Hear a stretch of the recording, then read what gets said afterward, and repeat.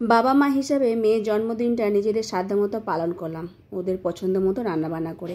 রাধে রাধে বন্ধুরা, কেমন আছো সবাই? আশা করি সবাই ভালো আছো, সুস্থ আছো। সকাল থেকে আজ ব্লগটা শুরু করছি। আজ জয়িতার জন্মদিন, তো সেই জন্য পায়েসের চাল বার করে নিচ্ছি। এখানে 100 গ্রাম মতো চাল আছে, হাফটা দেবো, একটু বেছে ধুয়ে নেবো।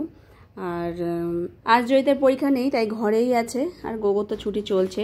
পায়েসের চালটা ধুয়ে রেখে দিলাম। আর এদিকে আজকে করবো বিষ্ণুভোগ, সেটাকেও চাল ধুয়ে তুলে দিলাম। আর দুধ বসিয়ে দিচ্ছি এখানে 1 লিটার মতো। এটা ফুটে চাল হোক, একটু ঘন হয়ে আসার পরই এখন এর মধ্যে চালটা দিয়ে দিচ্ছি। তারপরে আস্তে আস্তে দিয়ে ফুটাবো যতক্ষণ না এটা সেদ্ধ হচ্ছে চালটা। করব খেজুর গুড়ের পায়েস। তো খেজুর গুড় ঘরেই আমি স্টোর করে রেখে দিই সারা বছরের জন্য ফ্রিজে। তো সেই আর চিনি দিচ্ছি, খেজুর গুড়টা অল্প দেবো যাতে গন্ধটা আর কালারটা আসে। তো পুরো খেজুর গুড় যদি দিয়ে করা হয় তো শেষ হয়ে যাবে, অল্পই আছে। যাই হোক, যখনই আমি এরকম পায়েস করি তখন খেজুর গুড় একটু ইউজ করি, এতে গন্ধও আসে আর স্বাদও আসে। যাই হোক, 2-3 চামচ এর মধ্যে দিয়ে দেবো, তারপর কালারটা এসে যাবে। আর চিনি তো দেওয়াই আছে, এলাচ আর কাজু কিশমিশ সবই দিয়ে দিয়েছি। তারপরে নামিয়ে নেবো। তো বিষ্ণুভোগের জন্য ওখানে অন্নটা হয়ে গেছে, সেটাকে ঠান্ডা করে নিচ্ছি। আলু আর সয়াবিন প্রেসার কুকারের মধ্যে সেদ্ধ করে নিচ্ছি। পনিরও দেবের মধ্যে আলুটা একটু সেদ্ধ করে নিই যাতে তাড়াতাড়ি হয়। আর এগুলো খুবই পছন্দ করে বাচ্চারা, বিষ্ণুভোগ খুব পছন্দ করে বলে আমি যখনই জন্মদিন করি তখনই এরমভাবেই করি। এমনিতে বাচ্চাদের জন্মদিনে 5 তরকারি অন্ন করা হয়, কিন্তু আমি মনে করি যেটা ওরা পছন্দ করে সেটাই করে দেওয়া উচিত। 5 তরকারি অতটা পছন্দ করে না, ভাজাভুজি।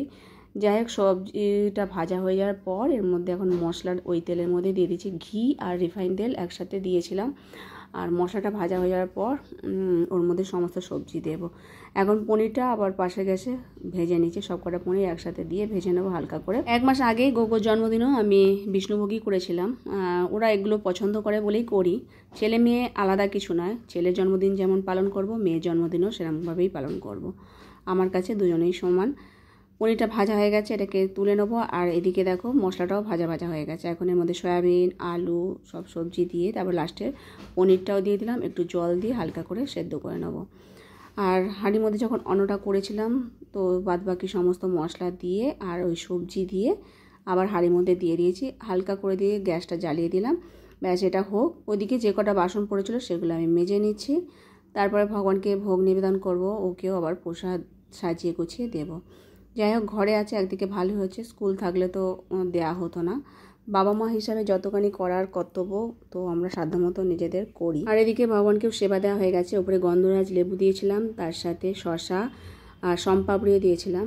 মিষ্টি জিনিসটা অতটা পছন্দ করে না, তবু পরমান্ন করেছি। জন্মদিন হিসাবে পরমান্নটাই বেস্ট, তো সেই জন্যই ওর মুখে একটু দিয়ে দিলাম এবং প্রভুজিকেও বললাম একটু দিয়ে দিতে। আমরা বাবা মা হিসাবে যতখানি করার কর্তব্য মোটামুটি করার চেষ্টা করি নিজেদের সাধ্যমতো। সবার শেষে এখন আমি প্রসাদ পেতে বসেছি। সত্যি দুর্দান্ত হয়েছিল বিষ্ণুভোগটা। আর আজকের মতো ভিডিও এখানে শেষ করছি। হরে কৃষ্ণ।